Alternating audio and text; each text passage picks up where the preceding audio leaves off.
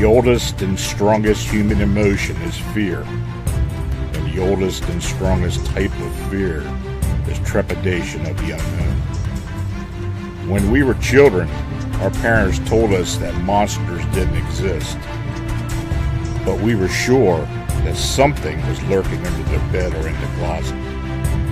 Fear sees, even if our eyes are closed. Welcome to the realm of the arcane. My name is Lon Strickler. Join me as I examine unexplained creatures, strange manifestations, and remarkable realities. Imagine this next hour as a voyage of discovery to strange lands, seeking not for new territory, but for new knowledge of the supernatural. Come on board as we begin this adventure together.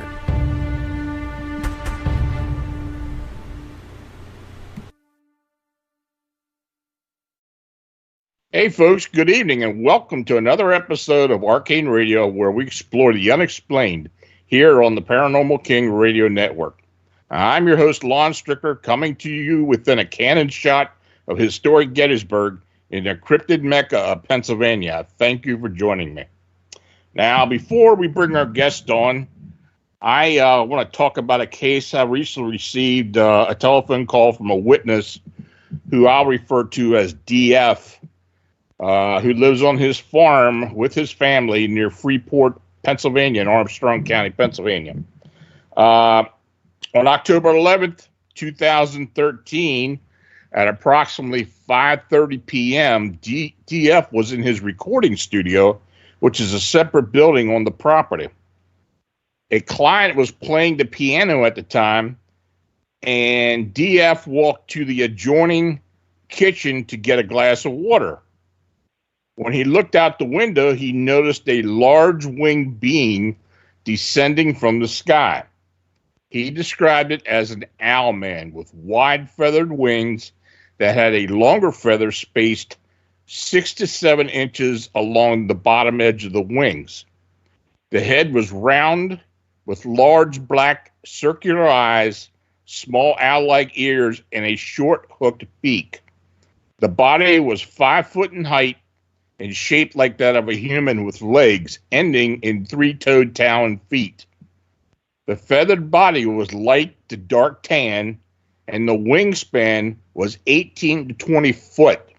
It was a huge and impressive sight. Now, the winged being seemed to be drawn by the piano music, in DF's opinion. It landed briefly near the back of the studio, then flapped its wings 3 times and quickly ascended into the sky. He mentioned the sighting to his wife and children, who said that he should report the encounter.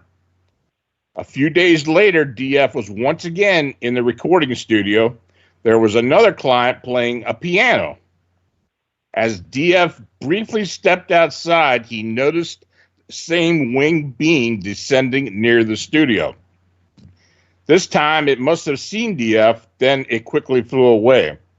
Now, DF was a bit of old school and didn't have a cell phone with him at the time, but he did sketch the winged being after each occasion, which I had displayed in the report I posted on the blog today. Now, after 6 years, he was finally convinced to come forward with his sighting. Now, any further information that we get will be added to this report.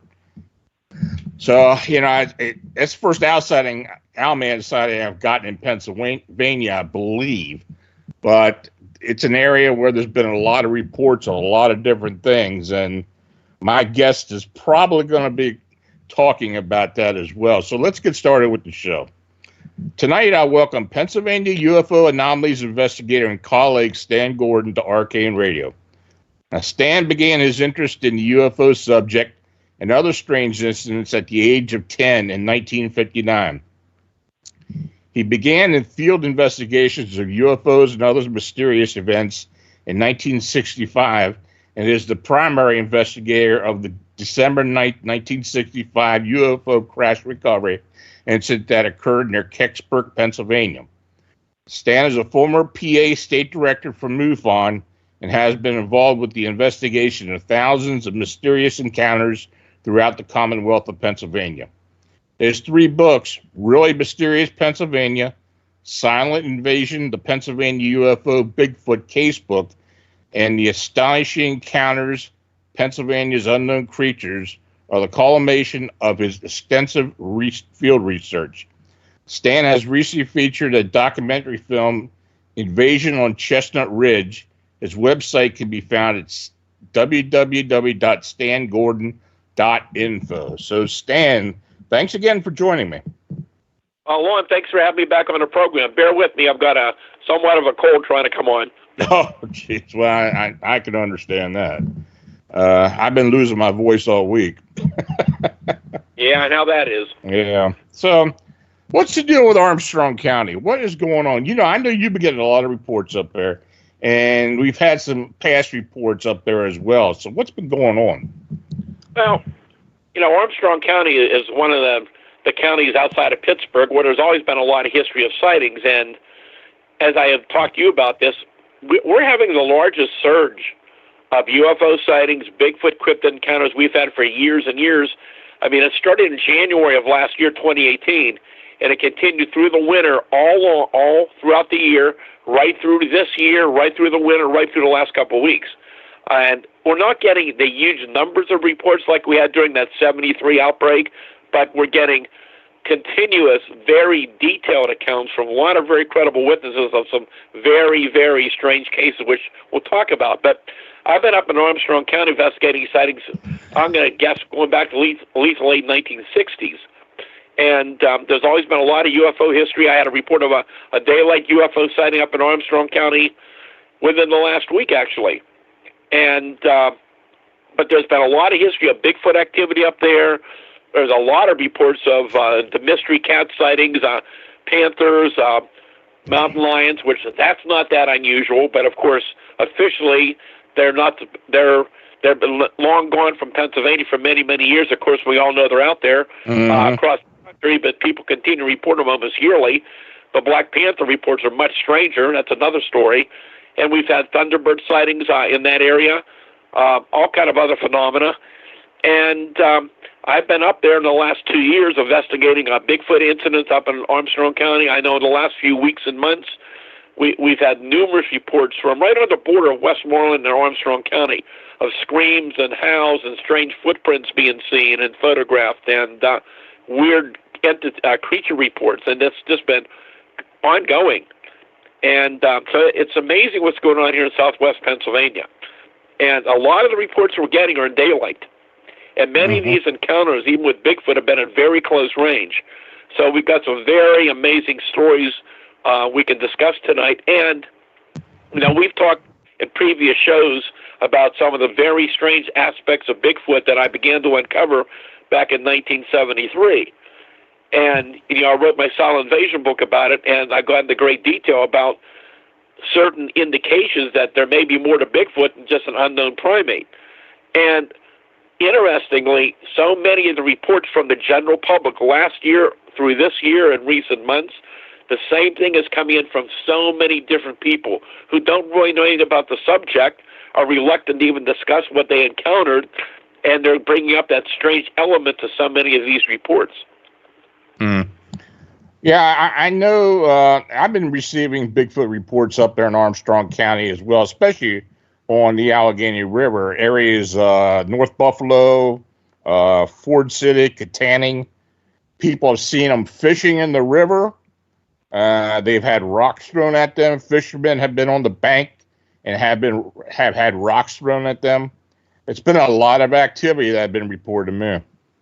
Oh, yeah.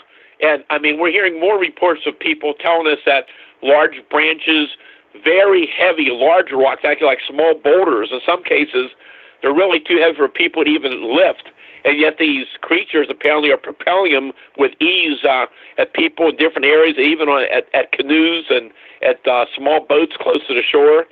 And that's fascinating. And many, many years ago, this is from memory. I remember one of the UFO cases I looked into, 20, 30 years ago, was right there in Freeport at the Kiski-Menace River, and it was a large UFO hovering over the river and sucking water up out of the river into the object. Wow. Wow. Yeah, it is. It's very strange.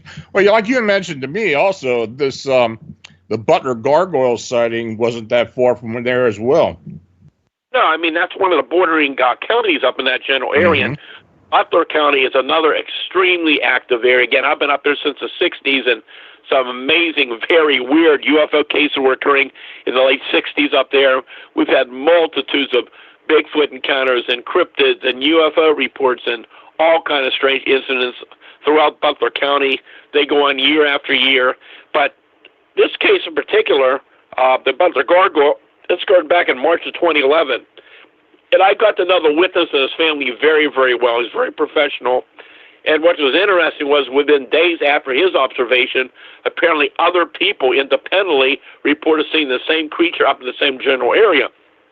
But he was riding down the road that night, early morning hours. Of course, it's dark. He has his headlights on, and he notices something on the right side of the field as he's approaching, and he thought it was a deer, and he moves a little closer, puts his headlights on, and this huge creature rises from the ground. It's over 8 feet tall. But when I interviewed him, he said, I said, people talk about seeing Bigfoot around here. And he said, what I saw, this was not a Bigfoot. He said this was a very humanoid figure, but it stood over 8 feet tall, but it had smooth leather-like skin that was either dark tan or light brown, and it never looked at the witness. He saw it from the one side. He said the head appeared to be flat, front section rounded out. It was kind of like an aerodynamic helmet, actually. And the face was flat, and the eyes were not clearly defined, but they appeared to be like pointed in the corner. The ear, of course, is only observed on the one side, was long and flat, came up and back, and was pointed backwards like a flap. But the arms were muscular and a little longer than that of a human. The hands had claws on them. One trait that really stood out were the legs. The legs were extremely muscular, but he said the legs did not move like that of a human. They looked like they were bent backwards, and again, very muscular. And it had what appeared to be wings on its back, which were tucked into its body, with the wingtips extended towards the side of the head. There were no sounds or smells. It took several steps in front of his vehicle, went across the road into the woods. And then, of course, as I mentioned, a number of other witnesses within days reported to the local BORU group up there seeing the same type of creature. And reportedly, I can't confirm it, but from a good source, a similar creature was reportedly seen earlier this year up in Armstrong County. So it's not far where the other one took place. Mm. Yeah, you talk to people and you mentioned Pennsylvania. They don't really associate Pennsylvania with winged cryptid or anomaly sightings, but, we've had these things going on around here for many, many years. Oh, yeah. I mean, all these reports go way, way back. And, anybody does any historical studies of these cases, I mean, there's even many newspaper accounts of a lot of these various phenomena in the newspapers going back for many years. And, I mean, the earliest first-hand account I have of a Bigfoot encounter goes back to 1931 from Indian Head up in Fayette County. We'll probably mention Fayette County a lot tonight. And that's one of the areas along the Chestnut Ridge. And we've talked about this in the past. The Chestnut Ridge has been and continues to be one of the most active areas in the country for repeated phenomena year after year. So the Chestnut Ridge is that mountain range that extends through Westmoreland, Fayette, Indiana County, and southwest Pennsylvania, and it goes down towards Preston County, West Virginia. It's around 100 miles long. But for years and years, I started documenting these cases back in the 60s, and apparently I found there's a lot of history even before that. But there have been sightings every year of Bigfoot sightings, all kind of creature sightings, UFO sightings, objects on top of the ridge, going up vertically from the sky, coming down from the sky into the ridge, underground sounds, mystery booms, other strange phenomena being reported by people up on top of the ridge, all kind of people who are into paranormal and ghosts. There's a lot of haunting reports along the ridge. People are talking about the small little orbs. I've been calling them mini UFOs for years. And these are generally anywhere from a few inches to about a foot in diameter. Some are luminous, some are solid metallic. But interestingly, they've come very close to people. Don't bother anybody. And I've had reports over the years that I'm entering people's homes and cars through open windows and they floated around and went back out the window. But in some cases over the years, we've heard reports of these things inside of residents, and they're actually going right through the walls of people's homes. Mm. Yeah, it's a lot. It really is. And, you know, I'd be honest with you, I'm beyond being surprised about things that people see in this state, quite frank with you. I mean, I've seen a few things, but yeah, there always seems to be something going on. And like you said, it's been quite busy. You know, we've been getting, now there's one phenomena I did want to ask you about before you talk about any new cases or anything. I've been getting these reports of these white humanoid-like beings. You know, the description is very similar to what the Wendigo is described at, or what people call rakes. But I tell you, I have been getting reports of these beings a little more consistent than I had been before. And I was just wondering if you've been hearing anything about that. Yes, I have. And in fact, I've kind of given a nickname. Pennsylvania's a weird, scraggy cryptid, because these things are generally tall, very skinny, very bony, and sickly looking, according to many of the reports we're getting. Yeah. And I've heard these accounts for a number of years, but this more active wave seemed to begin in August, I believe, of 2017, and the whole report's on my website if people scroll back through it. And this was actually a police officer on patrol here in western Pennsylvania. And again, just from what I recall, it's a very detailed report. He's on patrol in a dark area that he commonly was familiar with, and he sees what appears to be a small ball of light on the ground. And he stops. He's looking because he's thinking, I've never seen any artificial lighting like that here before. So he stops and watches this thing, and suddenly it rises up and realizes this is actually the head of a creature about 6.5 feet tall that's skeletal thin, very bony looking, very long arms and legs, and the head is glowing on the upper part of the body, and it's illuminating the upper part of the creature. And he only saw it for a very short time. It turned at one point, and he said, I never saw anything move so fast in my life. It was here and it was gone, which, interestingly, is almost the same wording that other people told me with cryptids, including Bigfoot sightings in some cases. And as soon as this thing was gone, he pulled his vehicle up, put a spotlight on, and was no marks or anything on the ground. And then it was, I believe, about 2 weeks later that I got another report from a person who didn't know anything about that, and reported saying basically the same thing, but not the glowing head, but it came out of the woods and approached this person about 35 feet away. Well, there have been numerous other reports, and you had one report from outside of Pittsburgh, but it was a darker creature, but a similar description, as you recall. And that was up around Allison Park, if you remember that one. Right. Yep. Okay. And there have been other reports. There's another report from February last year. A person couldn't sleep, was outside smoking, I believe. And it was a very rural area. Notice this 8-foot-tall, skinny figure with a round head and very long arms running very fast across the field. It took one step and crossed over a very high fence, then it continued to run off in the distance. But one of the most amazing reports, and I'm still putting information together, but this happened, in a rural area, I'm going to guess 30, 40 miles outside of Pittsburgh, the end of last year. And I saw where it occurred. And I interviewed the person a number of times, and this guy and his family verified the story. He's been a woodsman. He's been out in the woods all his life. He won't go back in the woods anymore. Apparently this thing followed him from the woods down to his home, which is in a wooded area, and described it the same way. However, on that particular case, I mean, the physical description was very similar to others, and I don't have a report right in front of me, but as I recall, it had luminous, glowing yellow eyes, which some of the other cryptid reports we're getting is the same thing. But what's interesting was it was crouched down, staring at him 10 feet away. He's sitting at a table eating. It's crouched down in this open back door, looking directly at him right into his face. And then when he turned and moved, the thing crouched down on all fours and scooted along the side of the house and was gone. But it's a very, very detailed account. And I understand in the last month and a half, there have been at least one or two other reports here in southwest Pennsylvania and in the Westmoreland County area of something similar. Now, at least two reports I understand had reports of glowing heads. In other cases, they were not. But the descriptions are all very, very similar. And I'm hearing them, as with your reports, I'm hearing reports from other parts of the country as well. Mm.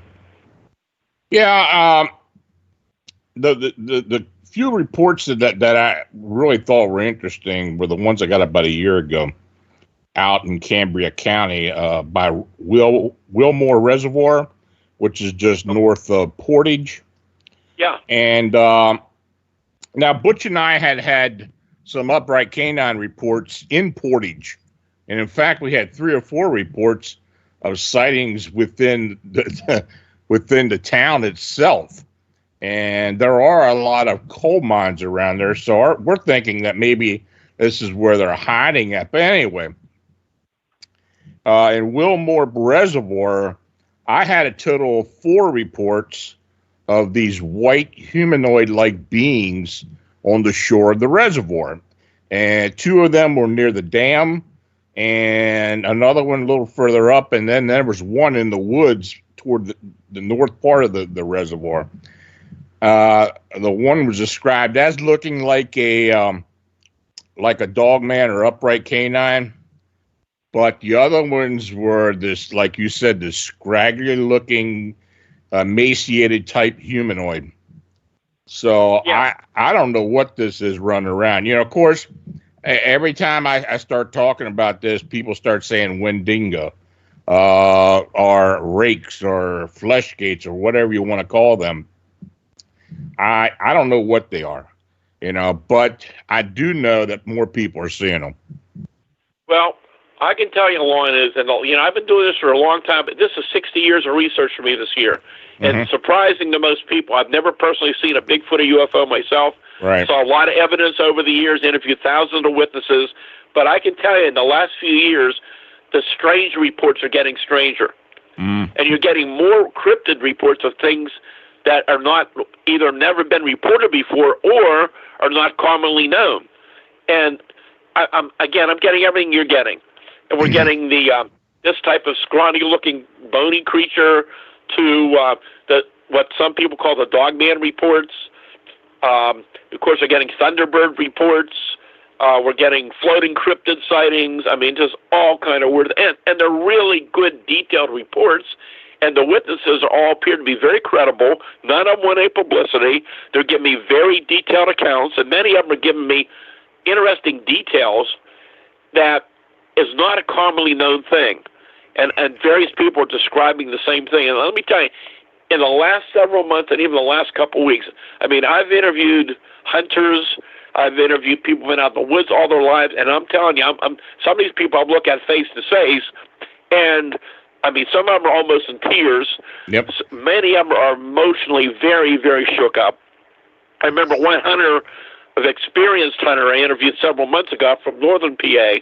I mean, they encountered something that was more like a dog man in daylight and very close range. But interestingly, as I'm getting with more of the Bigfoot reports, and again, I don't have the whole report right in front of me, but I have a lot of notes that I took with them, and this thing was visibly observed the whole time, and then suddenly it disappeared, to vanish and disappear. And we're getting so many reports like this with Bigfoot and other cryptid reports. And, we've talked about this. And as you mentioned, the sightings up and around Cambria County, Blair County, I'm getting a lot of reports even in recent weeks up there. There's a lot of sightings around that area, always has been. But the more reports we're getting, the stranger the reports and the details are. And many sightings around lakes and reservoirs and rivers. And as I've mentioned a long time ago, what I first found with my investigations back in the 70s, and it's still ongoing, many close encounters with UFOs. So we're talking not lights in the sky, very low-level, detailed descriptions of large, solid craft, low to the ground, and many accounts where people encounter Bigfoot and Thunderbirds and Panthers and other entities commonly occur in the vicinity of high energy sources. So there's many sightings again around the gas wells and the gas lines and the high tension power lines and power plants and radio towers and reservoirs and lakes and railroad tracks, and goes on and on and on. And I've said it for a long time, whatever we're dealing with, it appears to have an energy connection to the phenomena. You know, yeah, you mentioned about daylight sightings. It is interesting how many daylight sightings we're getting of everything. That didn't used to be the case, but it is now. I'd say 70% of what we get during the daytime. Yeah, a lot of reports are in daylight. And I mean, it's all these different type of reports that are coming in. And it's just amazing. I mean, when we're talking about close encounters in daylight, I mean, especially with Bigfoot, I mean, you know, you watch these TV shows, and a lot of people, you get the impression you can only see Bigfoot at night using night vision equipment. And actually, so many of the reports, again, are at very close range, and we're talking 5, 10, 20 feet away from these creatures. And I can go over some of the reports. Mm-hmm. One of the sightings last year was in November down in the Mon Valley area. And there's been a lot of history of sightings all along the Mon Valley. So these are these small, a lot of these are mining towns and small towns that parallel along the Monongahela River outside of Pittsburgh. So you're looking at like Fayette County again and parts of Allegheny. And especially during that wave of sightings in 73 and 74, I was down there many days and nights investigating sighting reports, and there have been many, many since. But there's been reports even in recent weeks and months down in that area. And one of the ones that was really interesting happened November of last year. So here's a fella riding down this 2-lane farm road, and it's pouring down rain. As he's riding down the road, about 50 feet ahead of him, he has his low beams on. He notices something standing on the left side of the road.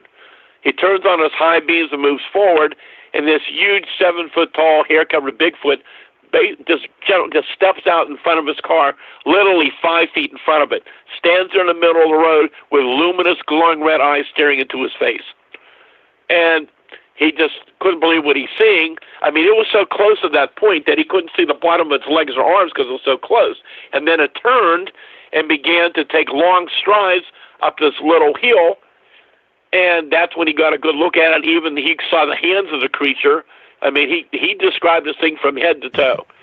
And we were down there the next day looking over the area for evidence, but it poured all night, was covered with leaves, with nothing there. This poor fellow was very, very shook up and very emotional. But he was able to give us a very, very detailed description. But one element of the case is interesting, as so many other reports, similar things are showing up. So this thing turns and starts walking up this little hill. He falls it in his car, grabs his camera to try to get a picture of this thing, and within seconds, it's gone. Mm-hmm. He said, I know it's dark, it's in my headlights, but he said suddenly it's just not there anymore. And, you know, trying to rationalize this, and, you know, you think different things, well, maybe moved out of the headlights, but this thing was pretty wide, should have been able to see something, and he just couldn't explain that. But anyhow, he said this thing's at least 7 foot tall, covered with shaggy brown and black hair. But interestingly, this is something you don't hear very often. We've had other reports. He said the creature looked unhealthy, as though it was sick. He said there were areas on the body where the hair was missing or very sparse, like it had mange. And went on to describe the head, the nose, the cheeks, the hair covering, you know, all kind of great details about what this thing looked like. But he said the eyes were larger than a human and were luminous, and they were beet red, and they shined like flashlights. And you're getting so many reports over the years from so many people describing this bright illumination. I've interviewed many hunters who are very familiar with night shine or eye shine from, of course, rabbits and deer and other animals, and they said this was completely different. Much, much more luminous, much brighter, looked almost artificial. Mm-hmm. And just so many reports coming in of strange aspects to it. And then to give you some other cases, again, along the Chestnut Ridge. So in November of last year, now this is below the ridge a little, so areas that parallel along the bottom of the ridge. So sightings all along on the ridge, near the ridge, from so many different people. So in November, I believe, or October last year, fellas riding down the road. It's heavy rain, and he said about 75 feet in front of him that this thing suddenly appears out of nowhere. And he said it's around 6.5 feet tall. He estimated that distance. He said you can see this whole very broad-shouldered humanoid creature. And he said it was kind of stooped over like it had bad posture. And he said you could see the whole outline of it, but it wasn't solid. It was like misty or foggy, only right there in that area, nowhere else. And he said that was strange enough, but it looked like it was floating above the road, floated into the field, and disappeared. And then 2 weeks later, on top of the ridge, a beautiful morning, person's taking a leisurely walk along the top of the ridge, and hears this noise in the woods. So she walks into the wood area, and about 20 feet away, she comes across this large, old, dark tree stump. And she's looking at it and realizes that there's a 7-foot-tall, hairy creature right next to it. Actually, it had its arms completely wrapped around the tree. It had its cheek against the tree, looking directly at it with dark eyes, just staring at her like it was trying to camouflage itself. So she ran about 10 feet away to another tree to get her composure back and load her camera to try to run back to get a picture. And she stood there just for a short time, ran back to get a picture, and it was gone. So it's only 10 feet or so away, 20 feet away, or 10, 20 feet away. She heard nothing coming, nothing going. And then the reports got stranger and stranger, from so many different areas. And all around the Pittsburgh area, multiple counties, other areas of the state. In November of last year, on a 4-lane toll road between Greensburg and Delmont, I talked to the fellow who was driving one of the cars, and he had a passenger, and apparently that evening another car pulled up next to him. They had their high beams on, because standing in the middle of the highway is this 7 to 8 foot tall, wide-shouldered, long-armed creature just standing there. And he said the weirdest thing was, it never walked off. It just suddenly vanished and disappeared right in front of us. And then it keeps going on and on. Yeah, no. And then in January of this year, in an area where there's been sightings for years, here's a couple who didn't want to tell anybody. They told it to a relative who said, you need to report it. So the relative contacted me, and I'm asking questions, and I realized that one of the key witnesses is there, her daughter, and she finally got on the phone and talked to me. And we talked for a long time. We had a detailed interview. She sent me a 4-page statement, and she said, this was so bizarre. She said, we go to work every morning, and all of a sudden we're coming down the hill, and this huge 7, 8 foot tall, hairy creature steps out 50 feet in front of our vehicle. And she said, I saw clearly from head to toe. It has dark brown hair, long arms, barely moving, hands folded back, no neck. But she said in the statement, and when she said to me, she said, what was so bizarre? She said, it was like watching a Predator movie. She said, it suddenly appeared out of nowhere, it walked in front of us and disappeared, and it's gone. And these are the kind of reports, more and more, that we're getting. And then in May of this year, outside of Pittsburgh, a man early morning was looking out his back window in a rural area, and he sees a smaller Bigfoot. We're getting reports of smaller ones, too, about 4 to 5 feet tall. So he's watching this thing walking through the yard, and it enters a particular area of the woods. And he said within seconds after the creature entered that area of the woods, that this small sphere of light suddenly came on. It was just a few feet above the ground, and moved a little bit, then disappeared. Then it came back on, projected a long beam of light, and it vanished and disappeared. And again, it just goes on and on. So many reports from so many different people. But more and more reports indicating that we may be dealing with something that's not a flesh and blood animal. And like I said before, for lack of a better term, we may be dealing with something that's interdimensional, Which is why there's no bodies. Absolutely. Yep. I guess you and I have been preaching that now for a while. Yeah. And it's not just with the Bigfoot. When you start interviewing all these detailed accounts, interviewing the witnesses of the Thunderbirds and the Black Panther reports, and all these other, they may all be a part of the same phenomena. You cannot have so many type of unknown creatures out there for so many years and not find any of them. Yep. But you've got so many credible people seeing them, you can't dismiss it. So there's got to be some other explanation that we just don't understand. And like I'm saying more and more, the data we're seeing is, and we may be dealing with something that's so beyond our present scientific understanding, we're just not there yet. We don't have the capability or the instrumentation to detect what we're dealing with. Well, hopefully one day we're going to find answers. I know with this winged humanoid thing that we've been dealing with out in Illinois and Wisconsin, it seems to be that these things are coming in and out of some type of portal or gateway or whatever, because we have had witnesses actually see them disappear. And it's the same way with Bigfoot, upright canines, the same deal. Butch has heard the same thing. We've all heard it. I mean, these things just suddenly disappear. And it's not a new phenomena. No. Like I mentioned, I started writing about this back in the 70s. Well, back then, there was a lot more ridicule.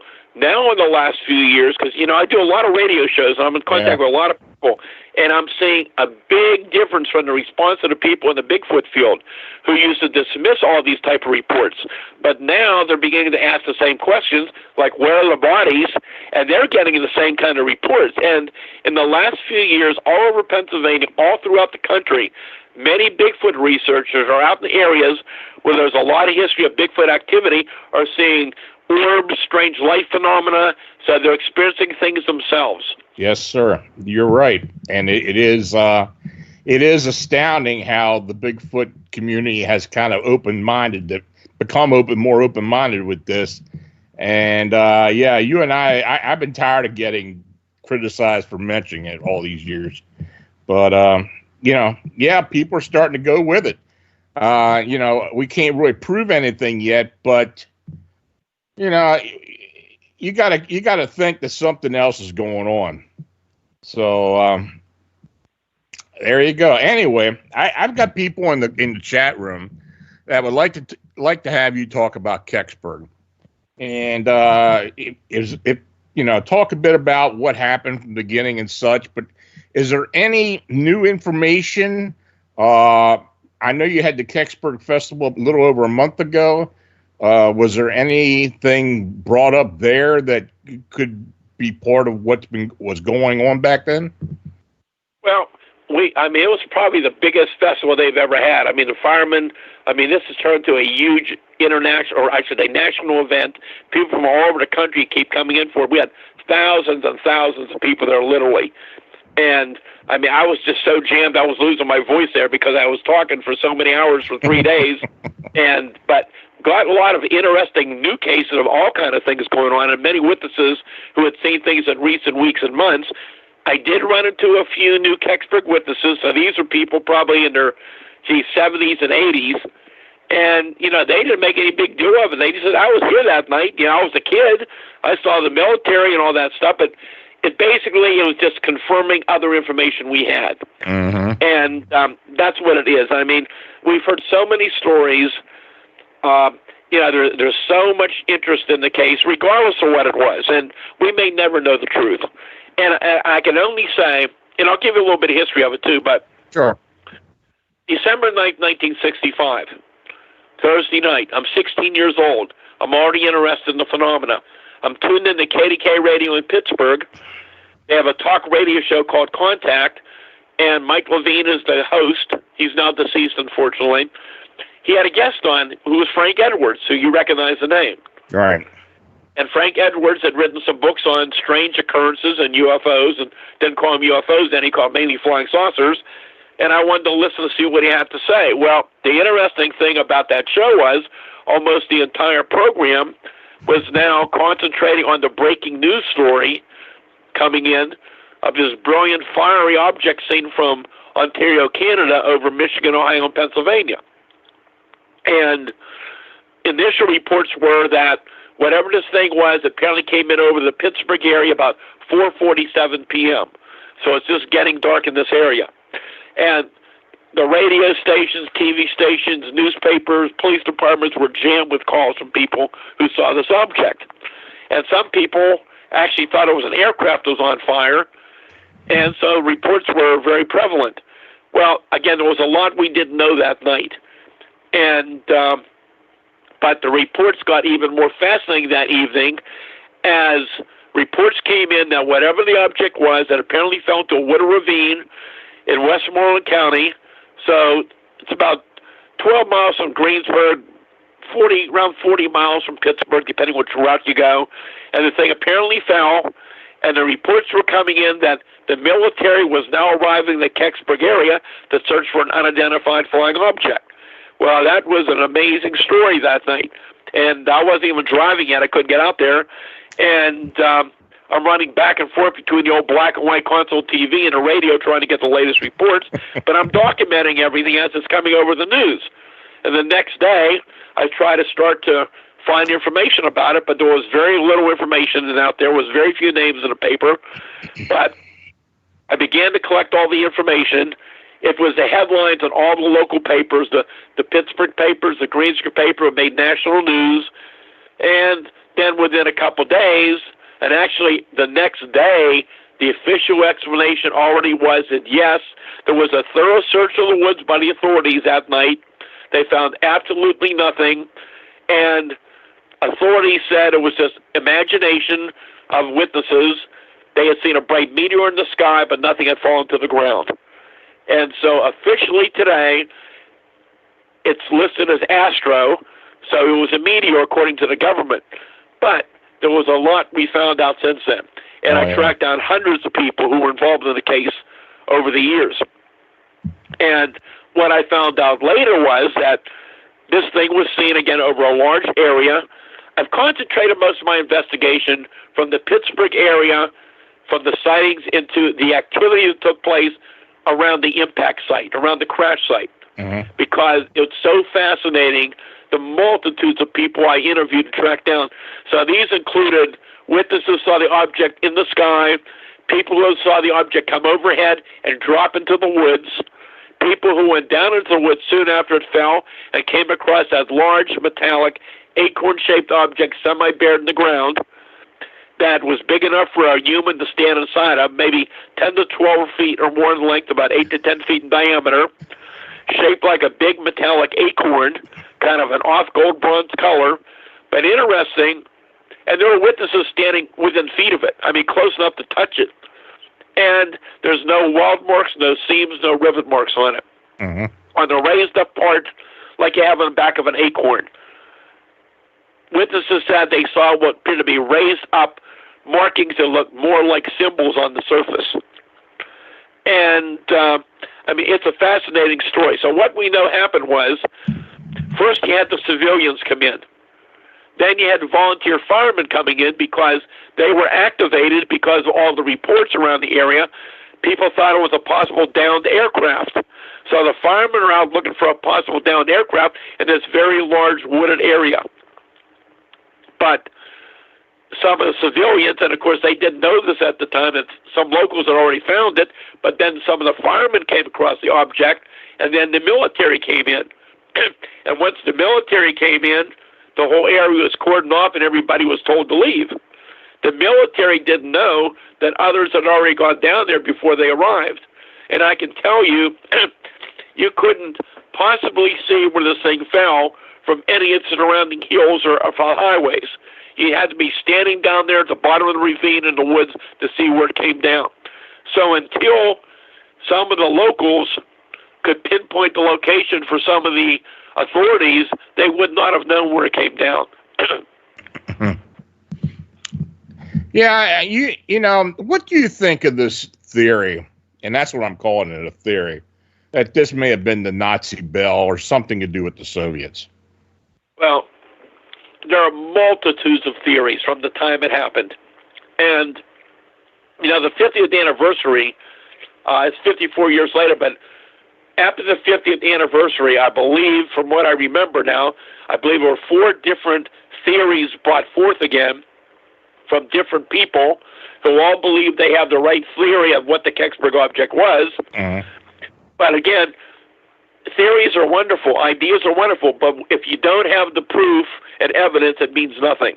Right. And the theories go back from the time it happened. One of the first things we heard from witnesses who were there at the time, and was a family who I interviewed that had a military officer come and interview them, and he told them it was a Gemini capsule that had been expelled in the area. And of course, we found out that was not the case. And then there were many theories since then. Another guy told me he was certain it was a projectile fired from a giant gun from a railroad car in Canada, which of course we found that out and checked into it, nothing to it. There are many, many other theories. One of the most common theories for years was that it could have been a Soviet Venus probe that had a techno malfunction, but interestingly re-entered the atmosphere on the same day that this occurred. But it occurred around 3:18 in the morning over Canada. This happened about 4:47 in the afternoon. Anyhow, I can just tell you in the last 20-some years or so, a lot more data has come up, and it's pretty much been ruled out it was Cosmos 96.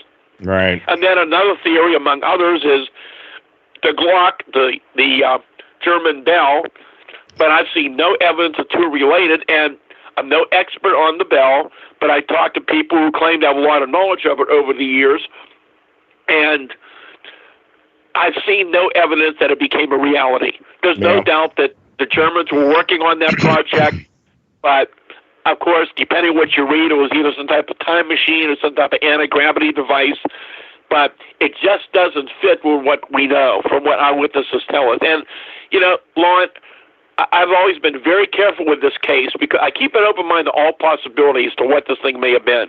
Right. And there was a lot of little details over the years that for years I didn't reveal until I had enough independent confirmation from different people to confirm certain details. One of the details, for years, I kept quiet until I was able to verify that people saw one, possibly 2 military jets pursuing the path of the object. Now, they weren't right behind it, but soon after it passed, military jets were flying along the same path. So I have reports from Ohio into that general area where people were reporting that. But one of the things that's very interesting that I was able years later to confirm, you know, people talked about seeing this object being taken away from the area late that night, actually early the next morning, on a large military flatbed tractor trailer with a tarp over it. And there are numerous independent eyewitnesses. And in the summer of 1990, before we did the Unsolved Mysteries TV show, a fellow contacted me. His background, everything was checked extensively, and others have now confirmed the same thing independently who don't know each other. But he told me, he said, I was a member of the Air Force Police that guarded the object from Kecksburg when it came in during the early morning hours of December 10th to Lockbourne Air Force Base near Columbus, Ohio. And he talked about how it was brought in on a large military flatbed tractor trailer. They backed into a hangar. A security team was set up to guard and surround the hangar, and they were given a shoot-to-kill order to anybody who approached the hangar without the proper clearance. Now, he told me he didn't stay on the team much longer, but he heard that vehicle and the object didn't stay there long. It continued on to Wright-Patterson Air Force Base. And later, I was able to confirm exactly what building it went to at Wright-Patterson. It was not Hangar 18 people talk about. It was another building. So the interesting thing is, I was able to confirm there were not one, but there were 2 flatbed military tractor trailers at the scene that night. So what was on the first load that went out earlier that was longer and lower, and this thing was higher and more vertical. And all kind of interesting speculation, which we don't know. But in the last 25 years or so, and this is very detailed, and I probably don't even have time to get into it all, and maybe someday we can talk more about it, but there's some very interesting information from independent sources which indicate the possibility that there was someone or something inside of the object. And if Is that that's right? true, it gives you a whole different idea of what we might be dealing with. And there are some other details that I have that I'm still not ready to talk about until I can confirm. But I'm just telling you, there could be more to the story than we realize. Do you think that the object is still at Wright-Patterson, or you think they moved it on? Heard all kind of stories. I've heard one that is still there, but I've also heard from others they believe it was moved to another base. And we've heard that other alleged UFO residues, Roswell, and other alleged cases where the objects ended up at Wright-Patterson, which of course is where they probably would have ended up, because back in those days you had the Air Force Foreign Technology Division and you had Air Force Project Blue Book headquartered there. Right. So that would be the place where it would go. But we've heard reports that may have been sent to other bases for security or for study. We have no way to confirm that. Well, I have heard reports over the years that a lot of the objects that were originally sent to Wright-Patterson ended up down at Eglin or MacDill down in Florida. Now, I don't have any confirmation for that. All I have are people who were actually in the Air Force at that time, who I was able to talk to through my father, who was in the 509th, which is, my dad was in the 509th during the Korean War, and many of the guys he served with were at Roswell when the 509th was stationed there during the crash. And I have been told that those are two locations that either equipment, craft, or even bodies have been sent over the years. But I don't, like I said, that's only from what people have told me. Yeah, and I've heard the same story. And, of course, there's many accounts from people who used to work at Wright-Patterson who talk about the bodies being recovered as one. I mean, I've talked to people years and years ago who told me they've seen the bodies. And, of course, Len Stringfield, you probably recognize the name. Len and I were very close.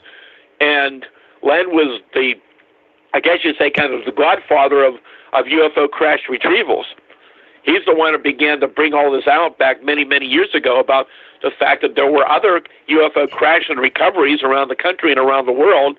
And he talked to many people who had allegedly inside information, and some of these were very credible people.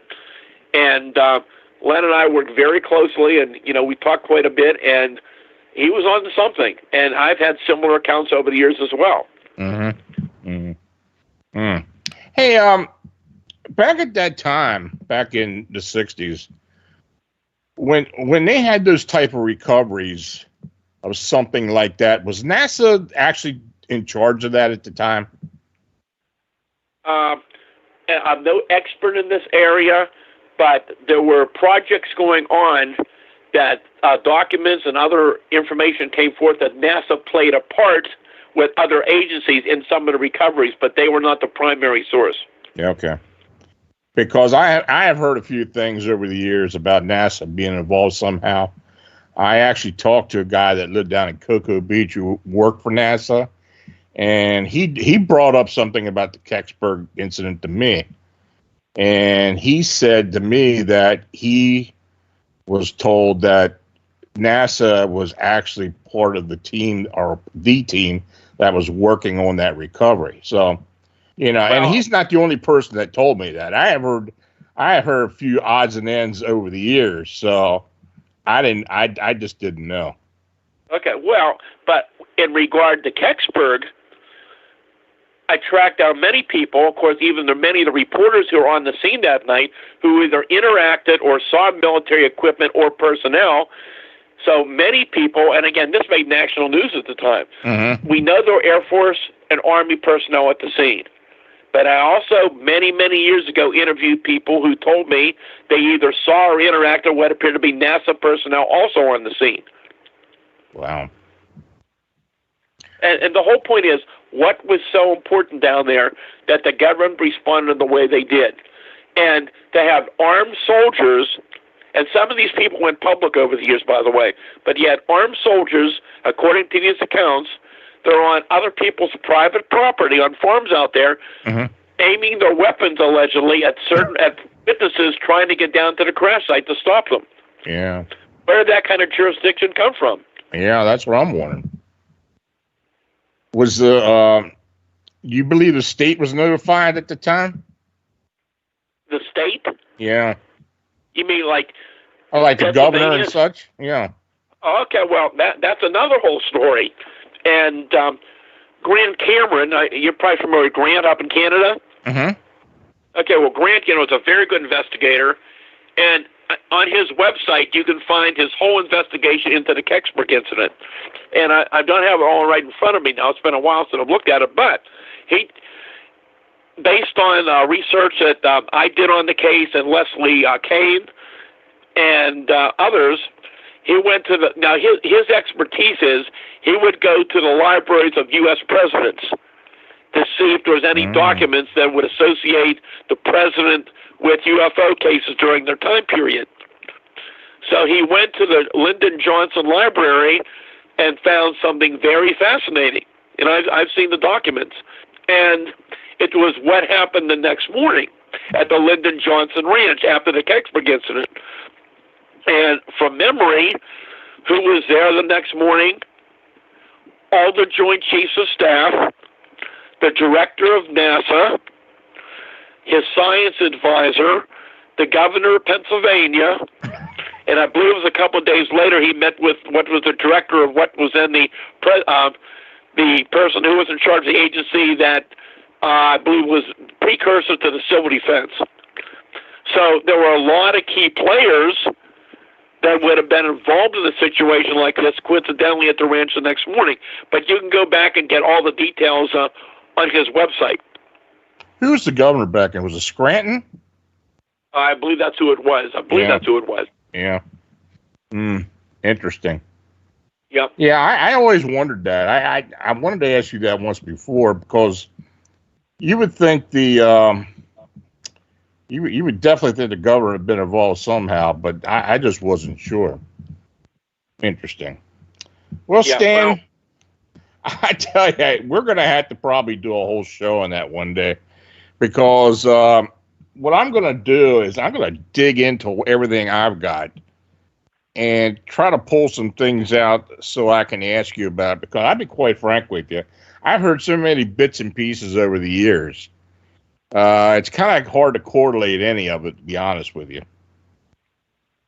Yeah, there's so much to it. And like I said, there's so many, we learned a lot about it, but there's still many unanswered questions. And unfortunately, we may never know the entire truth about what happened out there.